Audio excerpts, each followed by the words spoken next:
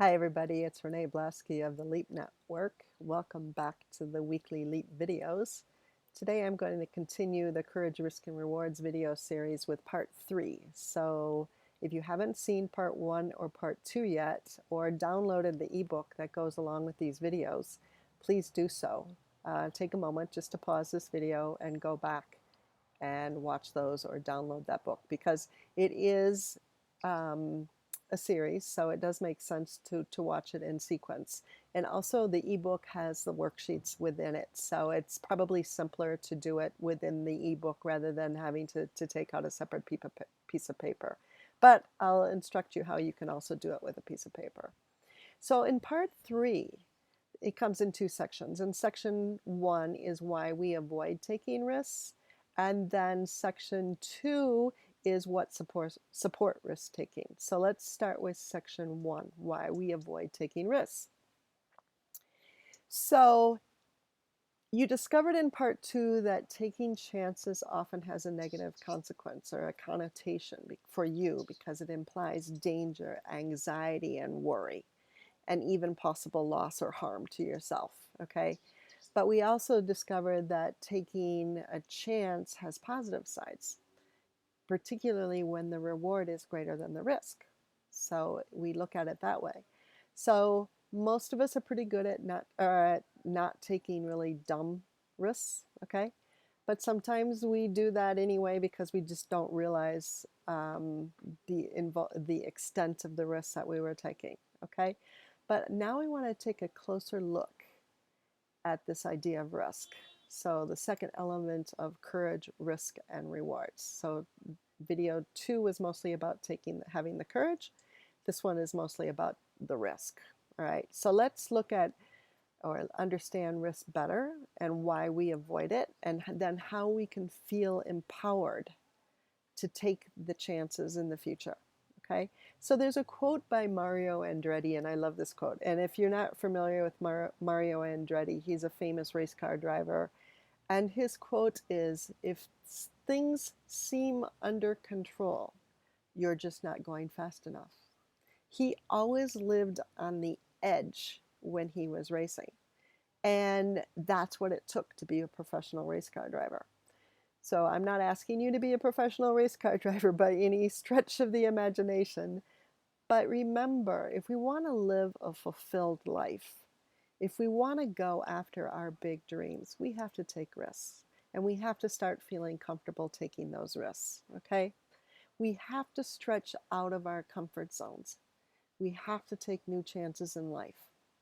But let's first look at, why do people typically avoid taking risk? So I want to share 5 reasons with you. The first one is fear of failure. A lot of us have this fear.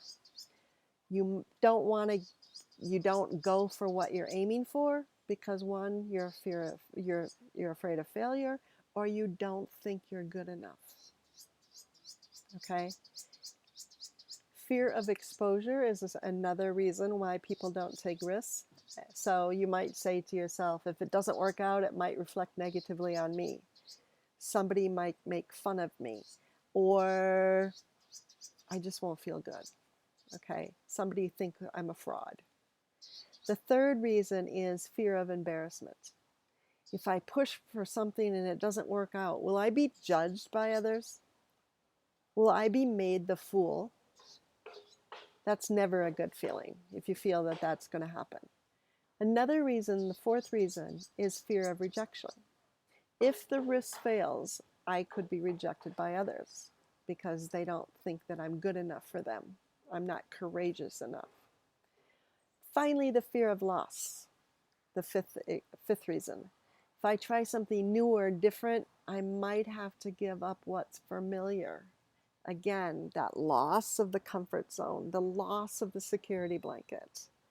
So these are the 5: fear of failure, fear of exposure, fear of embarrassment, fear of rejection, and fear of loss. So take a few minutes now by answering the questions about supporting risk taking. Okay? So here are the questions. And again, this is in the worksheet in the ebook. So it's probably easier to go and download that ebook. But if you really want to go for it now. So part 1, here we go, why we avoid risks. This is the worksheet for this section of the video. So I want you to answer, first off, which of the 5 reasons I've just said is why you avoid taking risks? Which resonates the most for you? And again, I'll go back and read them.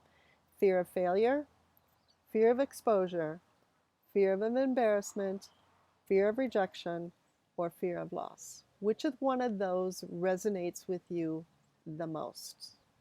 Okay.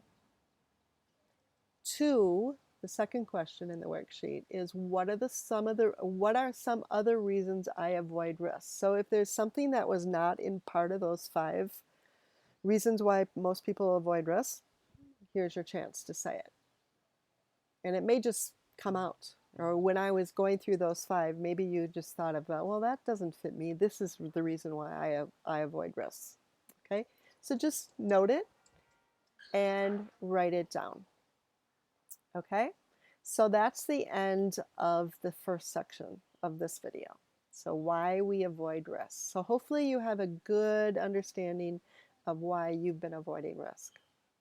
Now the section 2, part 2 of this video is what supports risk taking. All right. So we looked at why we avoid it. Now let's look at how we can explore ways to support ourselves to take risk. Because remember, we have to take risks in order to move forward. We have to take risks to get our dreams to come to fruition. We have to take risks every single day. And I can tell you, you will feel more fulfilled by taking those risks. So I want to give you 5 powerful perspectives on risk taking that will help empower you so that you take more chances in your life. And when you take more chances, you get out of your comfort zone, and more than likely you're going to be one step closer and another step closer and another step closer to getting your dreams to come true. Sounds good, right? Okay, so let's go over those 5 powerful perspectives. The first one is just taking the plunge. Okay? Taking action in anything we do and anything we go for is a requirement. We have to do it. Otherwise, we stand still, we stagnate, we grow moldy because we're standing still. Okay? So you have to take action. So you need to just take one step after another step. Go in one direction. There's a saying that I actually love, particularly coming from a sailing background. As many of you may know, I lived on a sailboat for 7 years and I sailed from Singapore to Kenya. When you're sailing, you cannot change your course of action unless you're moving, because the rudder won't act. The rudder requires a movement of water across it in order for you to steer in any direction. And the same thing goes in our life. In order to change direction, you have to move.